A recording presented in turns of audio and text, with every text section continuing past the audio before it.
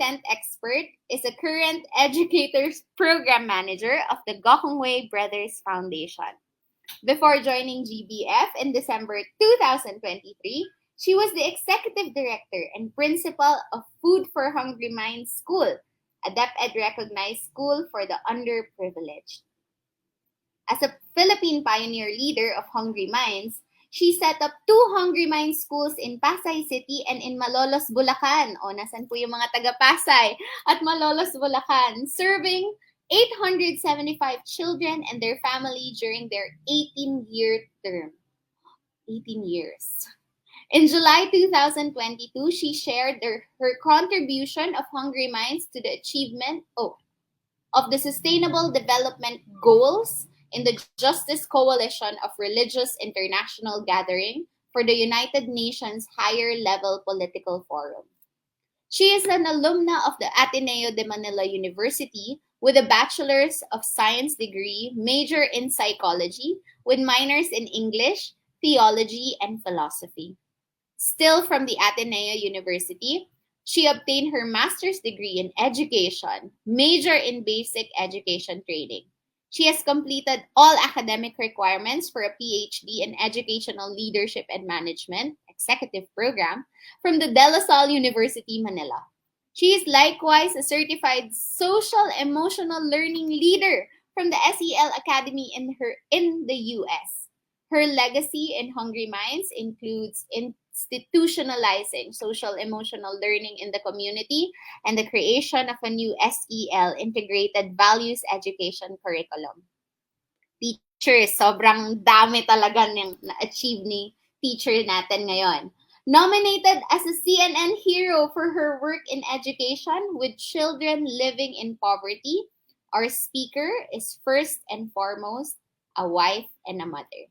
Let us all please welcome Ms. Candice Diosen Hungal, Teacher Candy. Hello po, Teacher Candy! Teacher Candy, nakamute pa po ata kayo. Good morning, Teacher Ina. Good morning, mga ka-collab. Maraming salamat sa pagkakataong makasama kayong lahat ngayong Sabado ng umaga. Shout out to the members of the GBF STEM Collab. Hello! At ang ating mga kaibigan sa Food for Hungry Minds. Naka-livestream kasi ito both sa GBF Facebook page and sa Food for Hungry Minds page. So we're so happy to be here. Teachers, bring your teacher besties. Nasaan ang ating mga GB? Ang ating mga, ano bang tawag? BFF. Ang ating mga BFF, tawagin na natin sila. Di ba, Teacher Ina? Para ang bonding natin ay learning ngayong umaga. Thanks again, Teacher Ina. Uumpisahan na po natin ang ating session ngayong umaga. I would like to request for the slides for the deck to be shown already. Maraming salamat po. You know, today we're going to talk about the CASTLE framework for socio-emotional learning. And these are strategies for your community. Nung nakaraang 2 Sabado, may 4 na teachers na na-spotlight. At nagkwento sila, anong ginawa nila sa classrooms nila. Hindi ba? Ito ngayon yung content framework nung lahat ng mga ginawa nila. Actually, maraming frameworks for social emotional learning. Pero, ngayong araw na to, ang pag-uusapan natin ay ang CASTLE framework. Gusto kong ikwento kung anong pinagdaanan namin sa Food for Hungry Minds. Bakit kami umabot sa puntong okay, kailangan na talaga natin ng socio-emotional learning. Itong picture na to, very familiar. Very familiar. Anong ginagawa ng mga bata? Nagmo-modular learning sila, nag-online learning sila. Hindi ba? Nakikita natin yan. At ito ay typical na bahay na ginawang classroom. Hindi ba? Ganyan yung mga estudyante ng Food for Hungry Minds. Ganyan malamang ang mga naging sitwasyon ng mga estudyante natin. At tayo pang mga guro, lalo na yung mga katulad kong nanay, so set up mo yung mga anak mo, di ba? Mag-learning sila sa bahay. Ikaw rin, isisiksik mo yung sarili mo dun sa bahay. In July of 2021, more than a year after the lockdown. Parang ang haba na ng journey ng lockdown. Kailan ba matatapos to? Parang it didn't seem as if the end was in sight. Ang tagal-tagal na. At that time, pumutok lahat ng mental health issues sa community ng Hungry Minds. Sabay-sabay. Educators, scholars, in a span of 3 weeks, mai-imagine nyo yung pinakamahirap na dadaanan for depression, yun yung dinaanan ng team.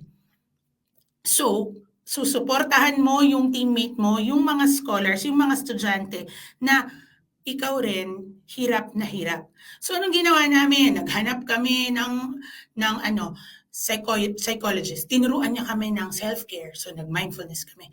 Naghanap kami ng isang trained counselor for suicide watch, ganyan. Tinuruan niya kami ng active listening.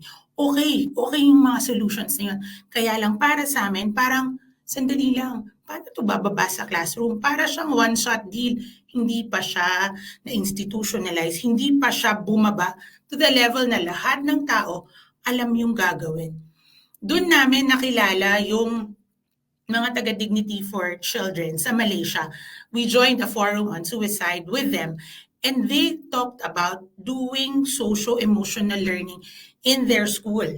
Malaki yung eskwelahan nila. They also cater to the underprivileged. And their teachers did training on socio-emotional learning. So sabi ko, sandali lang, kailangan yata natin to. So we reached out to the Academy for Social Emotional Learning and then underwent training. Parang sige, seryosohin na natin to. At that time, I already knew that was going to be my last school year in Food for Hungry Minds, no? Parang, okay, it's time. It's time to let others lead. So sabi ko, sige, as I was leaving, kailangan to maipasok natin sa community natin para sure tayo, lahat ng tao, hindi lang magiging okay, we can prevent the difficult situations from happening. Ipasok natin to sa lahat ng aspeto ng ating paaralan. I'd like to share this video on learning loss and recovery. Ito kasi bumalik na yung mga bata, di ba? Bumalik na yung mga bata natin. Pagbalik ng mga bata, teachers, bago natin i-play ito, teachers, ano bang nakita nyo? Pagbalik nila, kumusta naman yung mga bata? Kumusta yung mga estudyante ninyo pagbalik? Kumusta sila? May napansin ba kayong kakaiba sa behavior, sa academics? Type po natin sa comments section. Ano kaya ang nakita nyo? Pagbalik nila, first time, no? Parang third school year na, tas ngayon bumabalik na sila. Meron ba kayong napansin na parang, naninibago sa setup, sabi ni Sir Alje Arroyo. Oo nga, nanibago sila, parang saan na kami uupo, ganyan. O si Ma'am Christy, sabi niya, poor readers, feel ko to, no? Reading teacher ako eh. So parang, oo nga. Anxious. Sabi ni Ma'am Leslie, nalimutan. Ang dami nilang nalimutan. Yung parang, dapat alam na natin to. Bakit di pa natin alam? Grade 3 na. Bakit di pa tayo marunong magbasa ng pang grade 1? Panoorin natin tong video. Tingnan natin kung ito rin yung kanilang naranasan. Please play the video. New test scores out tonight underscore the devastating impact the COVID pandemic has had on our kids and learning, both in math and reading. Rahema Ellis has details. More evidence tonight that nearly 3 years of pandemic disruptions had a devastating effect on students. The National Assessment of Educational Progress tested nearly 450,000 4th and 8th graders across the country. The math results were especially alarming. Only 26% of 8th graders were proficient or above in math, down from 34% in 2019. The average 8th grade math score fell in every state except Utah. The literature has shown us that math was very sensitive to instruction. In reading, just 33% of 4th graders were proficient or above, down from 35%. In Union, New Jersey, one superintendent is keenly aware of the problem. Challenges are greater than I've experienced in any year of my 30-year career. What are they doing about it? In the classroom, teachers focus on small group instruction. closely track individual progress throughout the year, and students spend time relearning social skills that experts say are necessary to improve their academics. In terms of saying just how effective it is, would you say you know already? It's not too soon to tell that we're making progress. We are seeing some uptick in academic performance, albeit very incremental. It's also very important to apply it. In rebuilding those social skills, fourth grade teacher Cynthia Carhart sees improvement. You can't expect a child to grow 3 grade levels in 1 year, but as long as they're making growth and they're showing you that they're trying, that's really important. Rahema Ellis, NBC News, Union, New Jersey. Nakita niyo po ba yon si Dr. Scott Taylor? Yun yung professor namin. Dr. Taylor, if you're watching this in your universe, hello, we're sharing what we learned from you. Co-teachers, mga kakulab, nakita niyo ba? Bumaba yung test scores. At ang sinasabi doon, marami siguro, may mga math teachers bang nandito? Nakita niyo ba yon? Very sensitive to instruction daw yung math. Na pag hindi kayo nag-face-to-face ng mga estudyante mo, yung test scores sa math, ang laki ng pagbaba. Ano yung sinasabi nila? How do you do learning recovery? How do you do that? How do you aid that? They did it through socio-emotional learning. Ito bang learning na to, pang-Amerika lang? Yun din ba? Naramdaman din ba natin yun?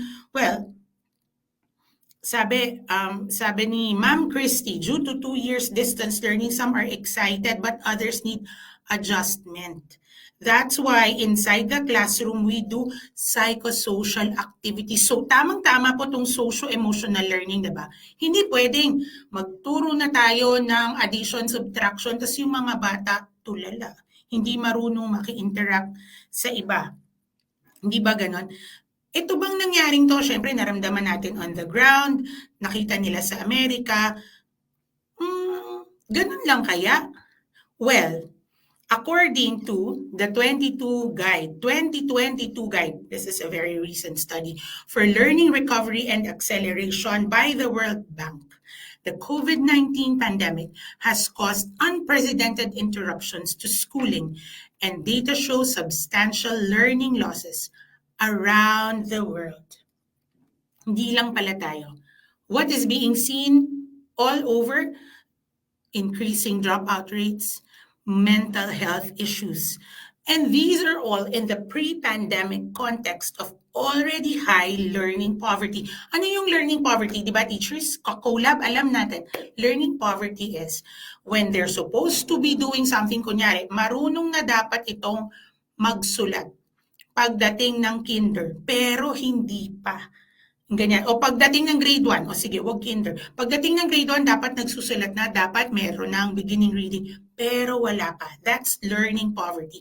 Pre-pandemic, meron na yan. 57% of children in low and middle income countries were unable to read a simple text by age 10. And the rates of learning improvement are very slow. Anong nangyari ng COVID-19? Hindi ito pang buong mundo lang, hindi ito sa buong mundo na hindi tayo kasali. Kasali tayo. We had one of the longest lockdowns in the world. Ang tagal bumalik ng mga bata sa school.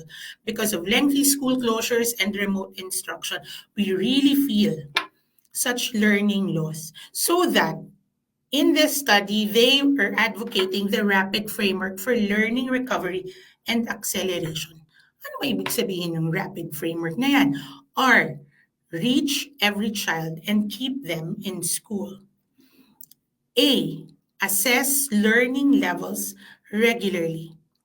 B, prioritize teaching the fundamentals. I, increase the efficiency of instruction, including through catch-up learning. And letter D, which I'd like us to focus on this morning, is to develop psychosocial health and well-being. How do we do that? We build teachers' capacity to support their students' well-being and identify students in need of specialized services. Mga kakulab, yung ginagawa natin ngayon, exactly ang sinasabi ng World Bank. Kailangan nating matutunan to as teachers. We need to build capacity so that we can support our kids. Hindi pwede na academics lang. Kailangan kasama yung well-being.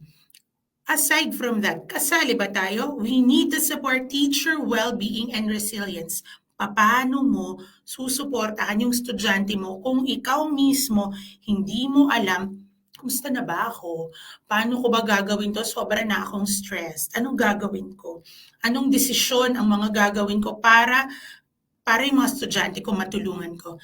We have to invest in student safety, nutrition, and access to water, sanitation, and hygiene facilities. So pag tinignan natin, hindi lang physical needs, even the well-being needs are important. So sinabi natin sa Amerika, yun yung ginagawa nila. Sa World Bank, sa buong mundo, yun yung kanilang prescription. Sa Pilipinas ba, nahuhuli ba tayo? Actually, in the 2020 to 2023 DepEd Professional Development Priorities for Teachers and Special Topics, under diversity of learners, nandyan na po yung socio-emotional learning. Shout out po sa mga friends natin sa NIAP. Tinuturo po nila ito sa ating mga teachers. Kaya lang, syempre, ang dami ng ating mga islands, ang dami ng teachers natin. So, gusto natin na matutunan to ng lahat. Kaya lang, minsan, hindi pa time, hindi pa turn. Buti na lang, may STEM collab. Pwede na nating pag-usapan ngayon. Ano bang dapat pag-usapan? Mental health in the school setting. Ang dami kong sinabi. For the last weeks, we have been talking about SEL. What is SEL in the first place? Social Emotional Learning, or SEL, is the process through which all young people and adults acquire and apply the knowledge, skills, and attitudes to develop healthy identities, manage emotions, and achieve personal and collective goals, feel and show empathy for others, establish and maintain supportive relationships, and make responsible and caring decisions.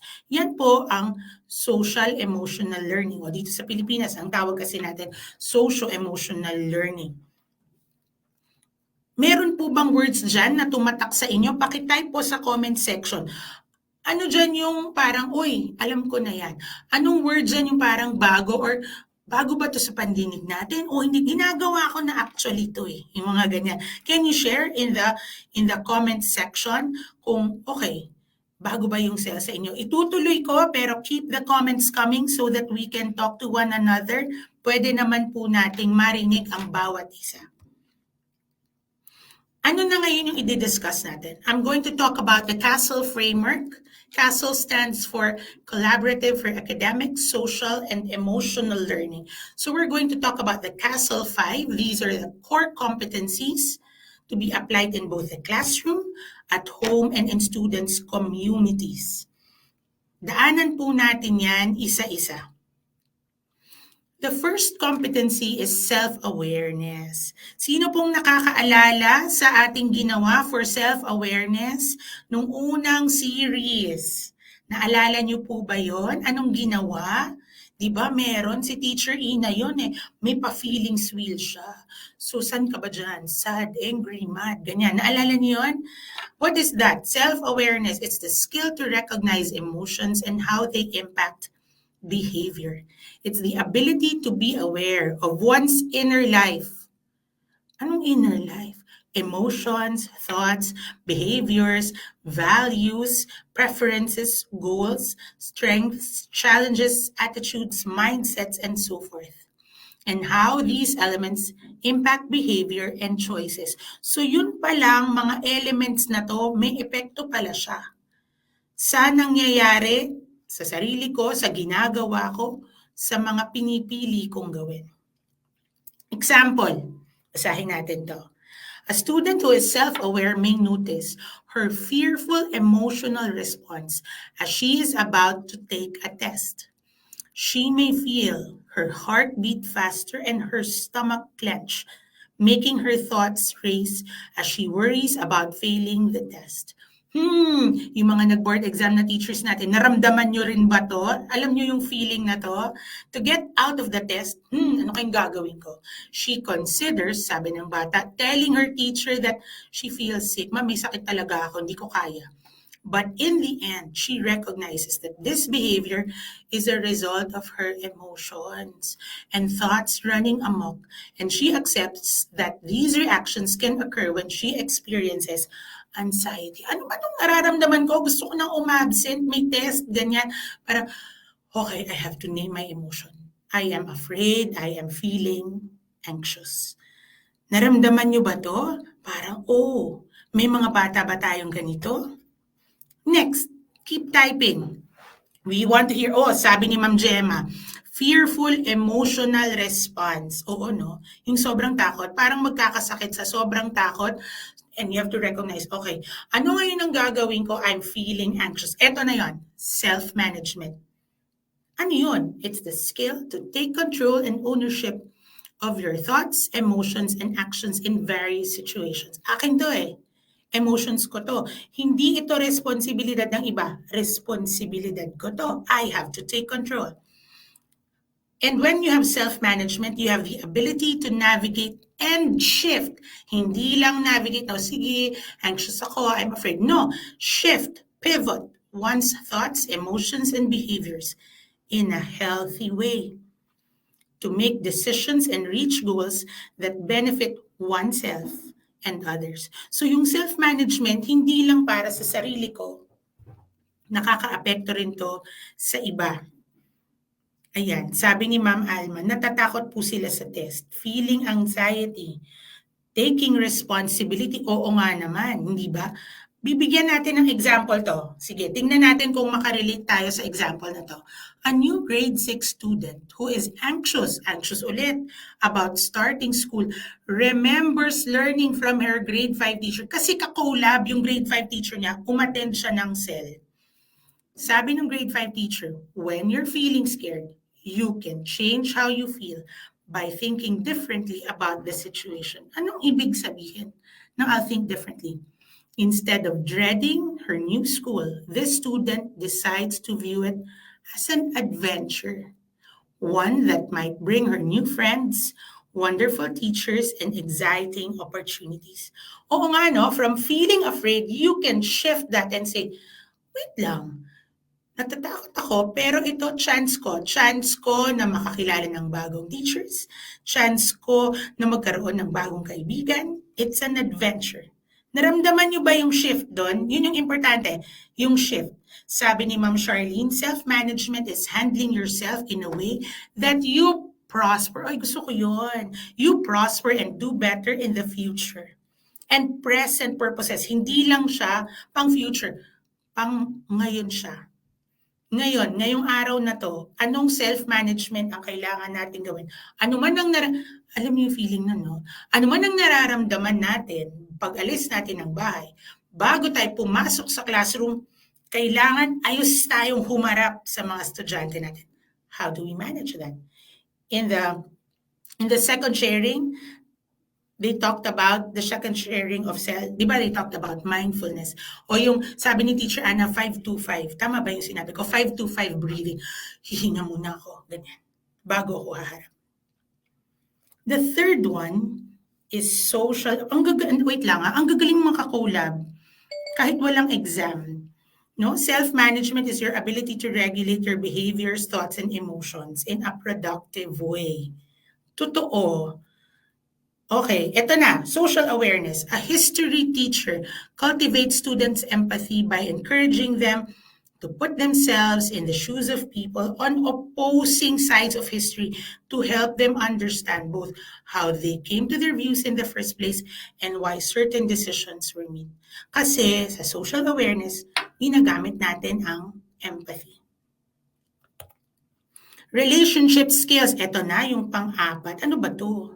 Ability to build and maintain healthy relationships with people from a diverse range of backgrounds. Focuses on listening to and being able to communicate with others, peacefully resolving conflict, and knowing when to ask or offer help. Very interesting.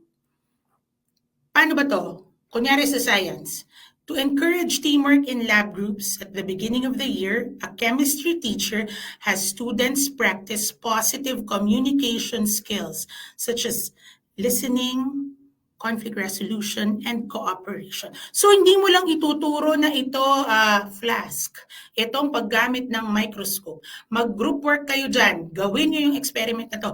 So ituturo mo rin, this is how to listen actively. Pag di kayo nagkasundo, how do you decide? How do you move forward? How do you cooperate? The last one is responsible decision making. Ito yung sinabi ni Teacher Ina kanina. How do we do this? Choosing to act, how to act or respond to a situation based on learned behaviors such as ethics, safety, weighing consequences, and the well-being of others and yourself. Alam nyo, alam natin to eh. Choosing how to act, to respond, alam natin yan eh. Pero anong kakaiba dito? It's based on ethics, safety, and ano pa? Well-being, not just of others, but also of ourselves. Di ba? Titingnan natin, okay, may well-being palang kasama. Hindi lang yung goals natin, ito talaga yung laman ng curriculum ko, kailangan tapos ko to, ganyan. Hindi pwedeng yun lang. Dapat ma-achieve natin yun with well-being. It's the ability to make caring and constructive choices about how to behave based on consideration of ethical standards, as well as relevant social norms and safety concerns. Example, example. A student's best friend has been having trouble in math class and asks her if she would be willing to help him on a take-home assignment. Their teacher clearly specified that this assignment was to be done individually. Ano ngayon ang gagawin natin? Paano na yan? Paano siya magdidesisyon? Ito ngayon yung mga pamantayan. What are we going to teach them? Kasi bandang huli, we cannot make decisions for our learners. Ito yung mga pamantayan. How do you do it? Aside from what Teacher Ina said, we have to look, we have to demonstrate curiosity and open-mindedness. We have to make reasoned judgments. We need to make ethical decisions based upon mutual respect. Friend mo nga siya, oo nga, pero you also respect the rules, you also value honesty, hindi ba? Anong gagawin? Recognizing one's responsibility to behave ethically, identifying solutions for personal and social problems, anticipating and evaluating consequences. Anong mangyayari? Pag ginawa ko to, anong mangyayari? Pag tinuruan ko siya sa assignment niya, anong mangyayari? Ang mga bata minsan naiiwan sa, ay naku, mahuhuli kami, mapapagalitan kami. Ano pang mas malalim doon? Reflecting on one's role to promote personal, family, and community well-being. Evaluating personal, interpersonal, community, and institutional impacts. Alam niyo mga kakulab, hindi ito bago. Alam natin to. Alam niyo anong bago? Ituturo natin to sa mga bata. Hindi siya bago. Ituturo lang natin siya. Yun yung bago. We are going to intentionally teach responsible decision-making. Actually, yung responsible decision-making, sama-sama na lahat ng CASEL 5 competencies. The concept of ethical decision-making and responsibility is closely tied to the other components of CEL. For example, to do the right thing by standing up to friends who are mistreating others. Nabubuli, kunyari. A student needs to be in touch with their own values, self-awareness. Importante ba sa akin yon na walang nalalamangan o walang inaapi sa classroom namin? Be able to regulate conflicting emotions, self-management. Pero pag sinita ko sila, mamumukha akong goody-goody, hindi na nila ako bate, mga ganyan. Pero importante kasi sa akin na walang nasasaktan sa klase namin. Ano pa? They also need to be able to empathize with those affected. Kawawa naman yung pakiramdam niya. Kung ako yun, ayoko yata na mabubuli ako. And resist peer pressure to join in relationship skills. Kasi, sasali ako para cool ako? O pangangatawanan ko yung pakiramdam ko? Can you see how the responsible decision-making, di ba? puts together all the competencies. O sabi ni Ma'am Vita, so good ma'am, intentional, not transactional. Totoo, no? Para makuha ko to, ito yung ibibigay ko. Hindi ganon. Sasadyain natin, palalalimin natin. And how is this going to happen? Back to the castle wheel. Students, families, schools, and communities are all part of broader systems that shape learning, development, and experiences. So this has to be felt in our classrooms through cell instruction and classroom climate, in our schools through school-wide culture, practices, and policies, in families and caregivers. Baka may mga nanay at tatay na nanonood dyan, ha? Kahit hindi teachers. Pwede natin gawin to through authentic partnerships and through the larger community, aligned learning opportunities. Minsan, nararamdaman ng iba, paano yun? Ako lang yung gagawa ng social emotional learning. Yung principal naman namin, nagte-training pa lang siya. Hindi pa yan nababa ni ma'am, master teacher, ganyan. Wala pa. Paano yun? Sabi, may school, may community, may caregiver, ganyan. Pwede ba to kahit sa classroom mo muna gagawin? Anong tingin nyo, mga kakulab? Pwede ba? Pwede, di ba? Pwede mo siyang gawin. Kasi ito, kaya mong gawin sa classroom mo lang. Pero sandali, huwag nyo lang i-implement sa classroom. Hindi natin dapat iwanan yung mga sarili natin dito. Nakikita natin, ngayon, there are benefits of CEL. For our classes, di ba? 27% more students would improve academic performance. So kahit ikaw lang mag-isa sa classroom mo, pwede mo itong sadyain kasi ang outcomes nito papunta sa'yo. 57% more would gain in their skills levels. So tataas yung math scores, yung science scores, yung reading scores. Pag nag-socio-emotional learning ako, well, yan ang sabi ng research. Subukan mo at ikwento mo sa amin, mga kakulab, we're very interested to know ano kayang mangyayari if you do this. There would be fewer conduct issues in your classes if you intentionally do this. How? Okay, ito na yung how. Paano mo gagawin? Ang acronym SAFE. Sequenced steps. Pag ikaw nagplano ng klase, tulad yung example kanina sa experiment, no? Pag nagplano kang ituturo mo how to use the microscope, ituturo mo lahat yun, tas group D naman tigi isang microscope sa maraming schools, di ba? Paano mo gagawin yun? Ilalatag mo na siyang sequentially. Ganito mo ipapasok yan, pero bago yan, magturo muna tayo on sharing, anong ating pamantayan sa active listening, paano natin sisiguraduhin lahat nakapagsalita. So ipaplano mo siya sa lesson plan mo, sasadyain mo siya. Active learning, dapat kasali yung mga bata. Hindi pwedeng we're just talking about it but they don't get to practice it. They have to say, okay, how do you do active listening in your class when you're doing group work? Paano ba yun? You're nodding, you're taking turns, you're giving affirmations, waiting for the person to finish talking before you talk. Focus time. Isasabay ko na to sa explicit learning goals. Ma'am, wala akong time. Nagmamadali na kami, late na kaming lahat sa curriculum, pero magdadagdag pa ako niyan. Sandali, hindi ba sa bawat lesson natin, merong cognitive, affective, at psychomotor instructions. Objectives, hindi instructions. Meron tayong learning goals na ganun. Ito na yung very practical way, kapag nag-isip ka ng affective learning objective, lagyan mo yon ng specific time sa classroom mo na gagawin mo, tutumbukin mo yung affective objective. Paano mo siya tutumbukin? Mamili ka sa isa sa Castle 5 competencies. Paano mo gagawin? O kunyari, nagtuturo tayo ng fractions. Hindi ba ang fraction, ano ba yung fraction? Part of a whole. Di ba ganyan? Ano kayang cell competency ang pwede nating maituro sa part of a whole? Nag-iisa ka, nag-iisa ka pero kasama mo ang lahat. You are a part of a whole class. Kunyari, ikaw, estudyante, ako, teacher, I'm part of a bigger community. Anong competency yon? Yung iisipin mo yung iba, yung ko-connect ka sa iba. You will not be an island. Sabi ni Ma'am Cecil Espinosa, Social awareness. Tama. Meron pa. Ano pang pwede? Ano pang pwede? Sirit na ba? Sirit na ba? Nag-iisip ba ang ating mga ka-collab? Kaya niyan. Kaya niyan. Diba?